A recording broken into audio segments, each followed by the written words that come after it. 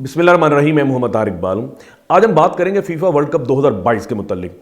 4 से 5 दिन मैंने वेट इस वजह से किया, मैं चाहता था कुछ फैक्ट्स एंड फिगर्स आ जाएं जो मैं आप लोगों के सामने रख दूं।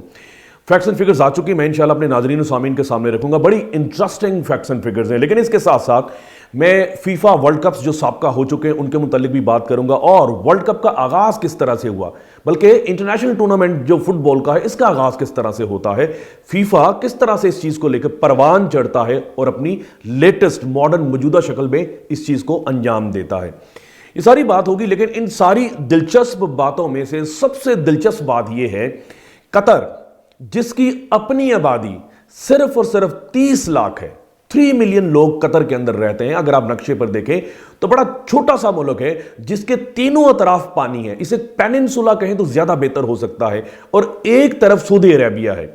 तो कतर जिसमें 30 लाख सिर्फ आबादी है, वहां पर टूरिस्ट जो इस मैच को देखने आते हैं वो 15 लाख लोग आते हैं। तो इतने छोटे से मुल्क ने दुनिया का सबसे बड़ा इवेंट जो है वो मुनक्किद करवाया। जो 2018 में रूस में जो फीफा वर्ल्ड कप हुआ था, कहा जाता है, अखबारों के अंदर लिखा है फैक्ट्स एंड फिगर्स के मुतालिक कि 3.5 बिलियन लोगों ने वो फुटबॉल वर्ल्ड कप देखा था, यानी कि दुनिया की हाफ पॉपुलेशन। और इस वर्ल्ड कप के बारे में कहा जा रहा है कि दुनिया की 4 बिलियन पॉपुलेशन ने यह वर्ल्ड कप मैच देखा। और इस हकीकत के बावजूद कि जब जो कतर है वो रीजनल कॉन्फ्लिक्ट से घिरा हुआ है, गिरदोनवा में जो उसके अरब कंट्रीज हैं तकरीबन सबसे उससे कॉन्फ्लिक्ट्स थे और हैं, और इस हकीकत के बावजूद कि दुनिया के मीडिया ने हॉस्टाइल कवरिंग की, बेशुमार अजीबोगरीब बातें की, तनकीद के निश्तर चलाए, लेकिन कतर और उसकी इंतजामिया सिर्फ एक बात पर फोकस थी कि बड़ी खूबसूरती से, एलिगेंटली इस इवेंट को अंजाम देना है, और यह इवेंट अंजाम पा गया। इस इवेंट को अंजाम देने के लिए कतर ने बेबहा पैसा लगाया। इससे पहले जितने भी फीफा वर्ल्ड कप इवेंट्स हो चुके हैं, सबसे ज्यादा पैसा कतर ने लगाया। पिछला वर्ल्ड कप जो 2018 में हुआ वो दुनिया की एक सुपर पावर रशिया में हुआ था, और कतर ने रशिया से भी ज्यादा पैसे लगाए और इस इवेंट को कामयाब बनाया। पिछले 11 साल से कतर का एक ही फोकस था, इस इवेंट को कामयाब बनाना। सड़कें तामीर की जा रही थी, 150 के करीब होटल्स बनाए गए और बेशुमार इमारतें बनाई गई इन टूरिस्ट को सपोर्ट करने के लिए, उनको फैसिलिटेट करने के लिए, और स्टेडियम्स बनाए गए, state of the art modern stadiums बनाए गए, जो इससे पहले कहीं भी इस तरह के स्टेडियम हमें देखने में नहीं मिलते।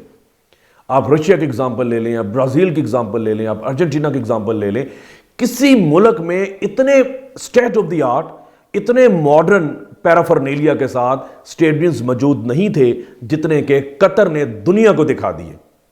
5 मई 2022 को रॉयटर्स ने खबर छापी कि कतर अब तक, यानी कि 5 मई 2022 तक इस इवेंट को अंजाम देने के लिए, इंप्लीमेंट करने के लिए 229 बिलियन डॉलर खर्च कर चुका था, जो कि पाकिस्तानी रुपए में अगर कन्वर्ट किया जाए तो 57.25 ट्रिलियन बनते हैं। तो आप यहां से अब थोड़ा सा अंदाजा लगा लीजिए कि ट्विटर जो है वो 44 बिलियन डॉलर में फरोख्त किया गया, जो दुनिया का सबसे बड़ा सोशल मीडिया टूल है, वो 44 बिलियन डॉलर में फरोख्त होता है। अब सवाल यह पैदा होता है कि इतना बड़ा इवेंट किस तरह से कामयाबी से हमकनार हो सकता है।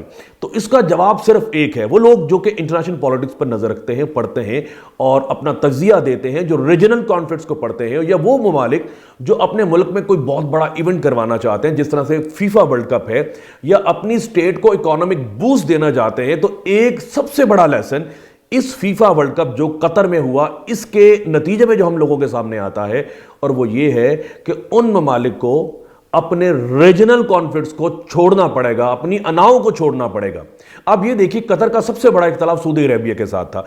पहला इख्तलाफ ये है कि अल जजीरा अखबार को लेकर सऊदी अरेबिया को बड़ा गुस्सा है। अल जजीरा जो नेटवर्क है ये कतर के अंदर है, और कतर का नेटवर्क है, ये मुस्लिम ब्रदरहुड को सपोर्ट करता है, ये अरब स्प्रिंग को सपोर्ट करता रहा, और इन दोनों चीज़ों को लेकर सऊदी अरेबिया के अंदर, सऊदी अरेबिया के जो आला जो लोग हैं वहाँ पर बैठे हुए हैं, इक़्तिदार चला रहे हैं, उन लोगों के अंदर बड़ा गम गुस्सा पाया जाता है। फिर ईरान से कतर के बड़े अच्छे ताल्लुकात हैं। 2011 में जब अरब स्प्रिंग आता है, तुनीसिया के जो प्रेसिडेंट थे ज़ैनुल आबदीन, वो भागकर सऊदी अरेबिया आ जाते हैं, और जो कतर है वो इस अपराइजिंग को सपोर्ट करता है, अल जजीरा इसे सपोर्ट करता है। फिर बहरीन के अंदर अपराइजिंग होती है और उस अपराइजिंग को भी जो अल जजीरा अखबार है कतर जो है वो सपोर्ट करता है। उसके बाद 2011 में मिस्र में सदर हुस्नी मुबारक का जब तख्ता उल्टा जाता है तो इस प्रोसेस को, इस अपराइजिंग को कतर ने सपोर्ट किया। बाद में जो सदर मुर्सी हैं जिनका ताल्लुक मुस्लिम ब्रदरहुड से था, वो जब बरसर इक़्तिदार में आते हैं तो उनको भी कतर की सपोर्ट हासिल होती है। इस सारे प्रोसेस को लेकर, इन सारी चीज़ों को लेकर सऊदी अरब के अंदर बड़ा गम गुस्सा था। तो सऊदी अरब ने इस अरब स्प्रिंग को काउंटर करने के लिए काउंटर रेवोल्यूशन जनरेट किया ताकि दुनिया के वो ममालिक जिन्हें अरब कंट्रीज कहते हैं उनके अंदर मोनार्की जो है वो कायम दायम रहे।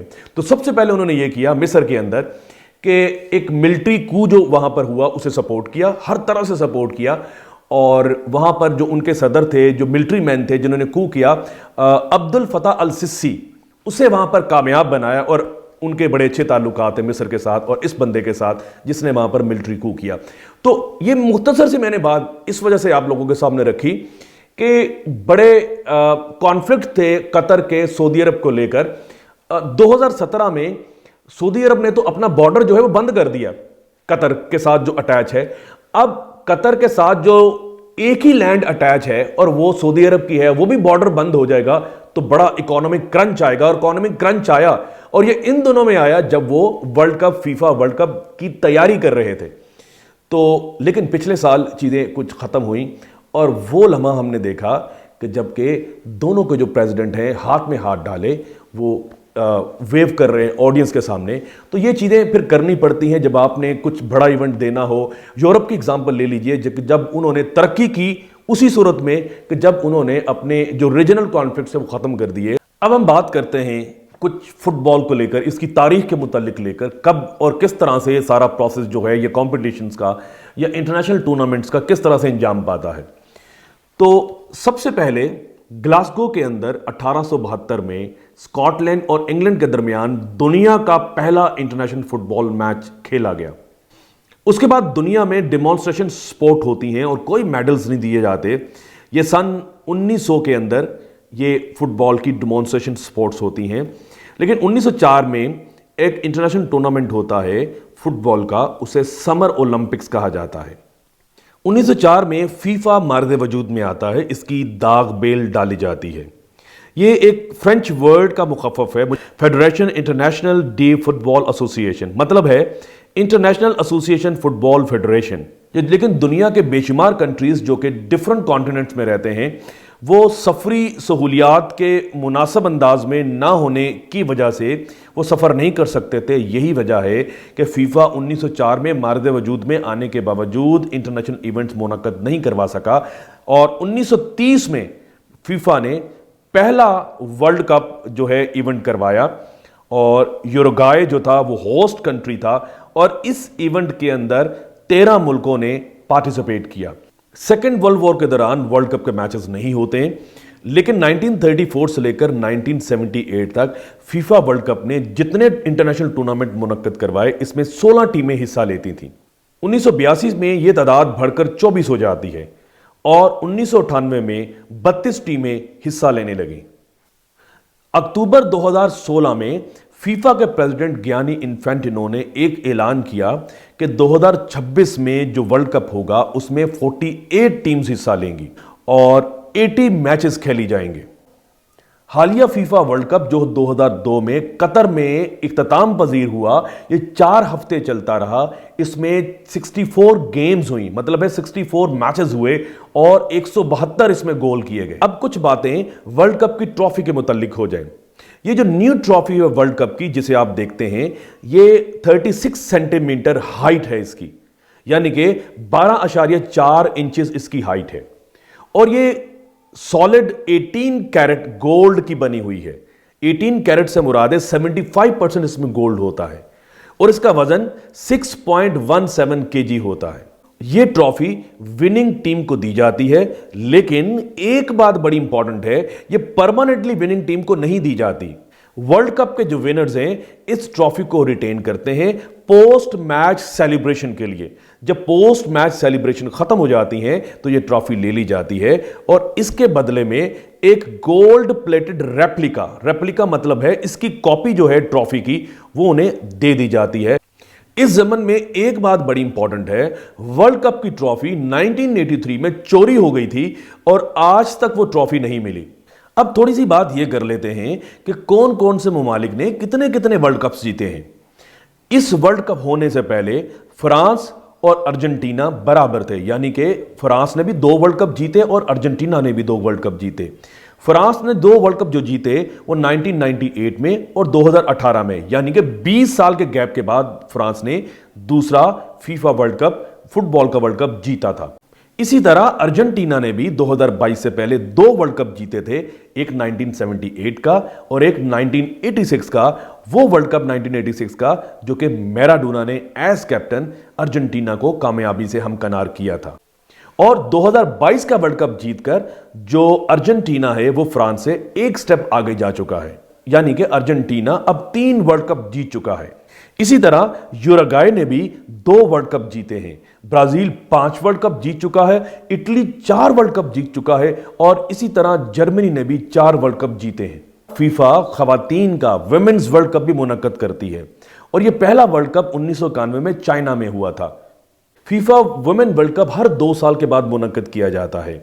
अब एक आखिरी जुमला, आपने एक खास बात देखी होगी कि जब मेसी को एक इनामात दिए जा रहे हैं तो कतर का अमीर एक खास किस्म का ड्रेस जिसे बिश्त कहते हैं उसे पहनाता है। तो इस चीज को लेकर अगेन इंटरनेशनल मीडिया के ऊपर बड़ा शोर है, इंडियन मीडिया बड़ा शोर मचाता है और टेलीग्राफ के अंदर तो यह खबर आई कि इतना खूबसूरत इवेंट जो है वो खराब कर दिया गया, तबाह कर दिया गया इस एक इवेंट की वजह से।